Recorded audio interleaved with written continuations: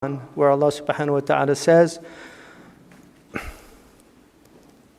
Allah is the light of the heavens and the earth. The example of His light is that of a niche in which there is a lamp.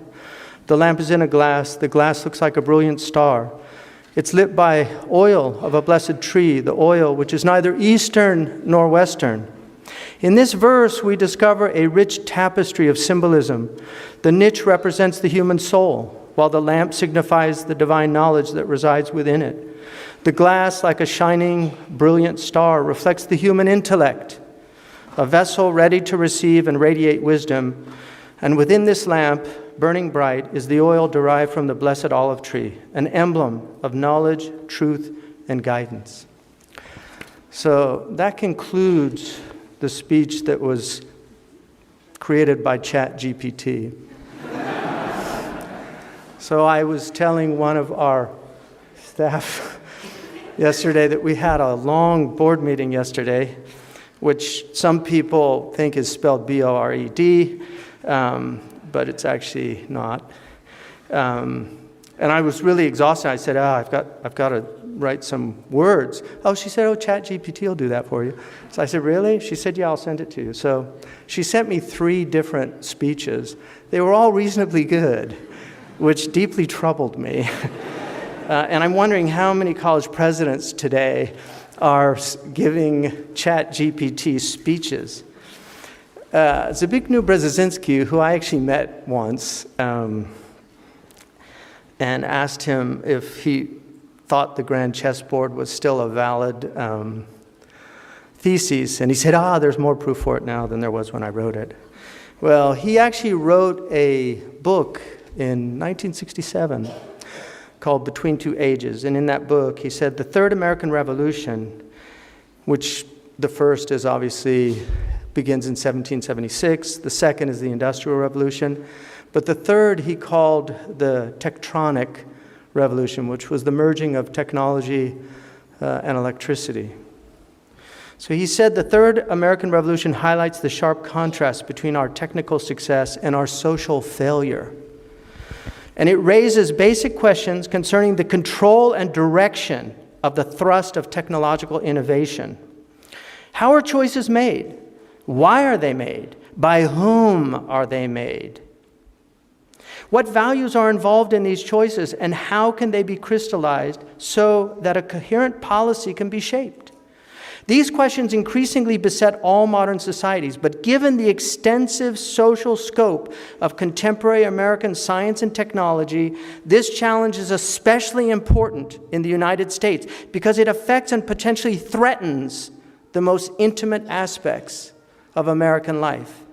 Since it appears true that this society has chosen to emphasize technological change as its chief mode of creative expression and basis for economic growth, it follows that the society's most imperative task is to define a conceptual framework in which technological change can be given meaningful and humane ends. Unless this is done, there is a real danger that by remaining directionless, the Third American Revolution, so pregnant with possibilities for individual creativity and fulfillment, can become socially destructive. So, something to think about.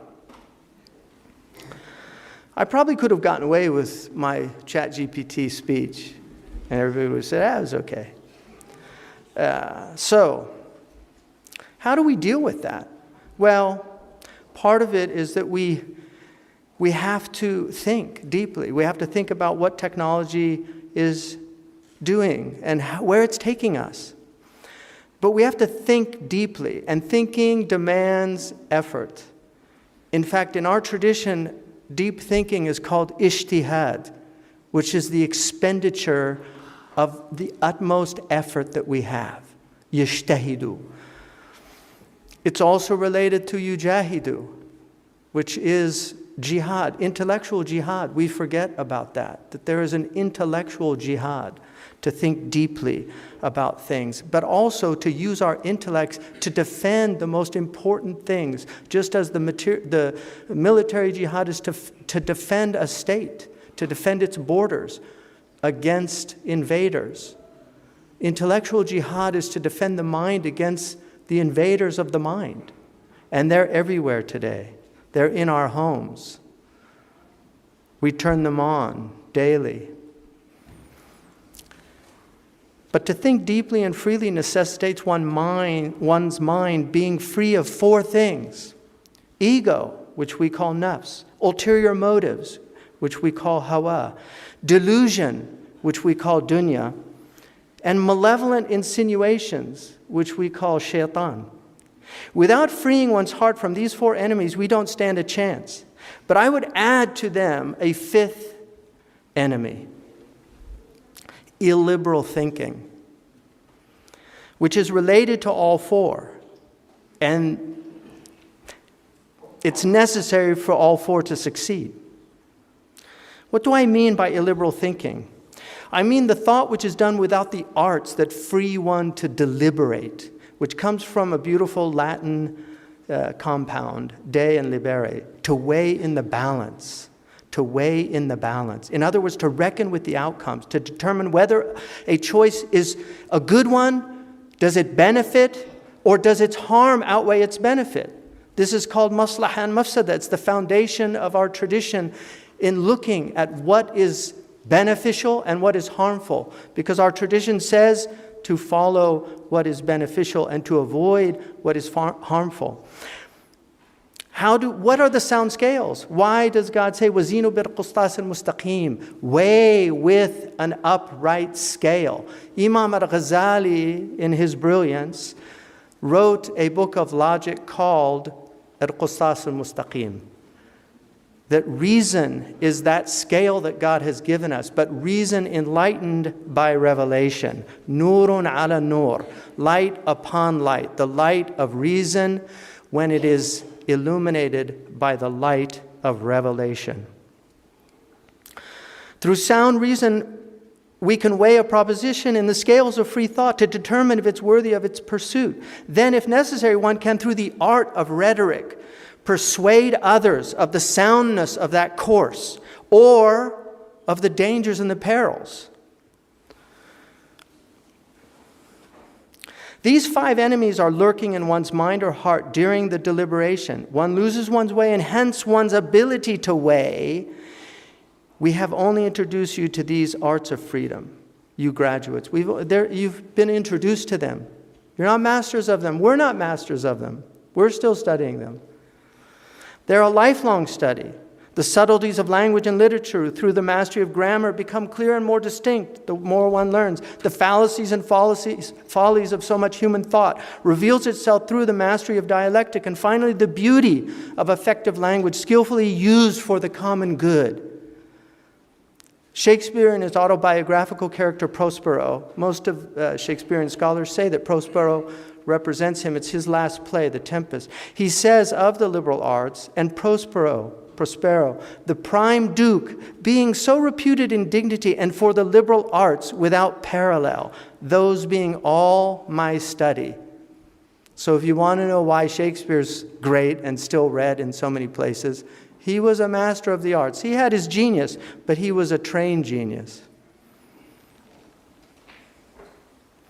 When Caliban, the savage in the play, advises Stefano and Trinculo about overcoming Prospero, he says to them, remember to first possess his books, for without them he's but a sot. This is how the same demons achieve the usurpation of power from the Muslims. Possess their books, especially their book, for without it they're but sots. As the great German jurist Freyer stated, study conceives knowledge, but knowledge gives birth to love, love to likeness, likeness to community, community to strength, strength to worthiness, worthiness to power, and power makes miracles. This is the route to the goal of magical accomplishment, both divine and natural. Well, we have something called mafhum al-mukhalafa, which is to look at what the opposite meaning, because it gives you an understanding. So if we reverse this, neglect of study leaves one in ignorance. Ignorance gives birth to hate. Hate gives birth to differences. Differences to social fragmentation. social fragmentation to powerlessness, and powerlessness to abject humiliation, and abject humiliation to utter failure. Our path lies in the pursuit of knowledge, which prophetically was determined to be from the cradle to the grave. Restoration of community remains our most urgent imperative. But we can only form real communities to the extent to which we can communicate, share common ideas and purposes. As one of my teachers stated, where men lack the arts of communication, intelligent discussion must languish. Where there is no mastery of the medium of exchanging ideas, ideas cease to play a part in human life. When that happens, men are but little better than brutes they dominate by force and cunning, and they will soon try to dominate each other in the same way. Loss of freedom follows. Again, to paraphrase him, we are under the illusion today that we have a liberal society, but it is a false liberalism that confuses authority with tyranny, that arises when people assume that everything is simply a matter of opinion. That doctrine, that everything is simply a matter of opinion, is suicidal. It will result in the doctrine of might makes right. When we free ourselves from reason rather than through it, we surrender to the only other arbiter in human affairs: force. He says the political implications of the liberal arts are not far to seek. If democracy is a society of free men, it must sustain and extend liberal education or perish. Democratic citizens must be able to think for themselves. To do this, they must first be able to think and have a body of ideas to think with. Shakespeare clearly understood this, and I've repeated this before, but it's worth it. For tyranny to flourish, the population must be deprived of the arts of liberty. In Henry VI, Shakespeare writes this speech, and this is from Tyranny. "Thou hast most traitorously corrupted the youth of the realm by erecting grammar schools. And whereas before our forefathers had no other books but the score and the tally," consumerism, "thou hast caused printing to be used, and contrary to the king, his crown and dignity, thou hast built a paper mill." In other words, the spread of knowledge. Reading and writing look to that man like treason. We find this in the archetypal tyrant of the Quran, the most repeated story in the Quran. When Allah says, فَاسْتَخَفَّ قَوْمَهُ فَأَطَاعُوهُ إِنَّهُمْ كَانُوا قَوْمًا فَاسِقِينَ. Dr. Cleary, in his often brilliant diction, word choice, says, thus he made his people flippant. So I looked up flippant just to, you always have to look up these words because we learn them very often in context. It is a quality that is personified in levity, which is lightness. And that's exactly what the Quran says. He made them light. He made them khafif. He made them flippant. He made them people of entertainment. He took away their gravitas. Gravitas, from the Latin, weighted down. Gravity, it weights you down. What did Allah call our species? Athaqalan, the weighty ones. That's what we are. The ins and the jinn are the two weighty ones. Thus he made his people flippant, and they went along with that, for they were indeed a dissolute people.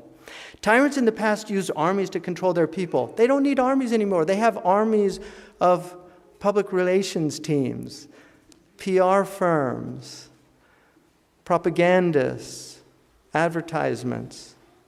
One of the reasons the political science Hobbes looked askance at democracy was, according to him, it had the tendency to degenerate into an oligarchy of orators. Today, it would be sound bites on TikTok. Not TikTok. Sub-TikTok is good. TikTok is bad. Right? I asked the clock how things were going. He said, TikTok.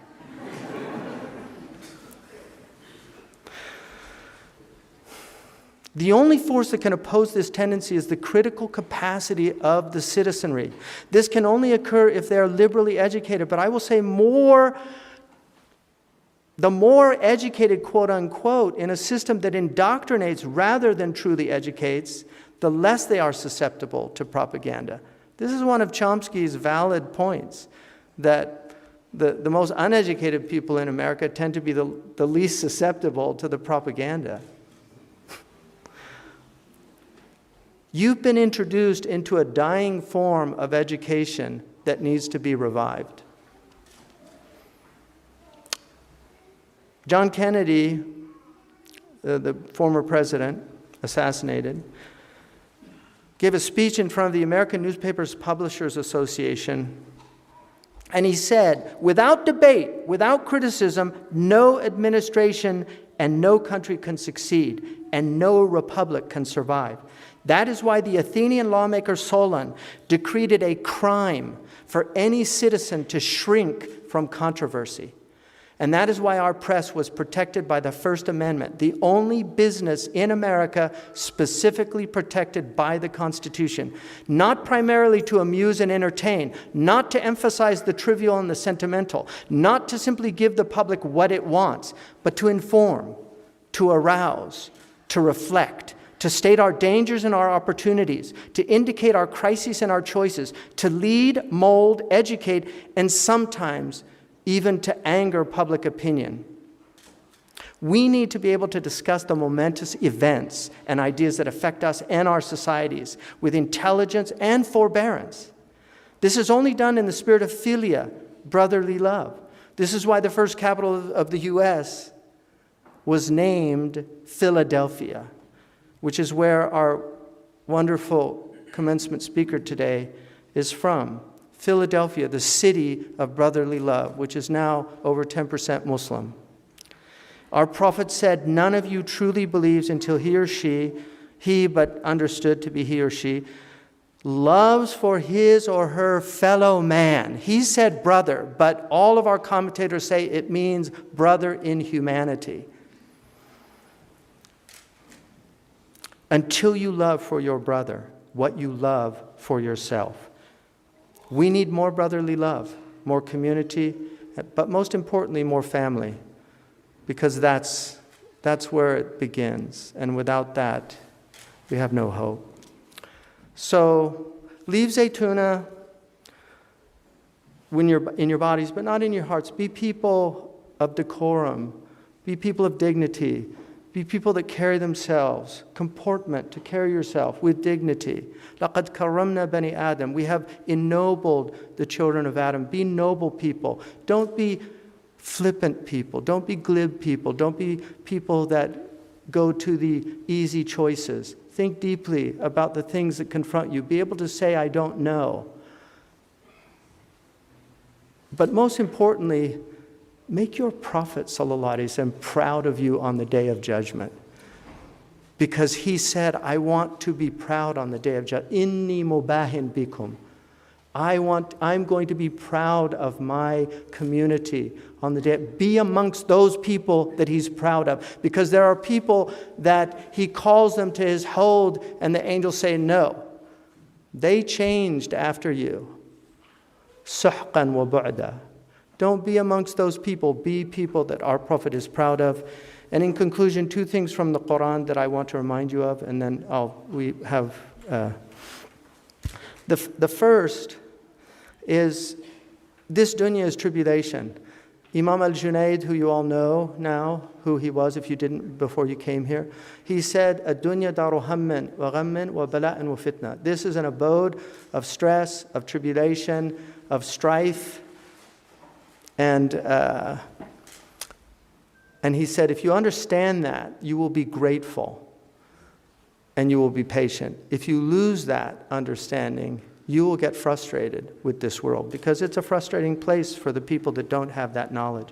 So, am hasibtum an tadkhul al-jannah walamma ya'tikum mathalu alladhina khalu min qablikum مستهم البأساء والضراء وزلزلوا حتى يقول الرسول والذين آمنوا معه متى نصر الله ألا إن نصر الله قريب.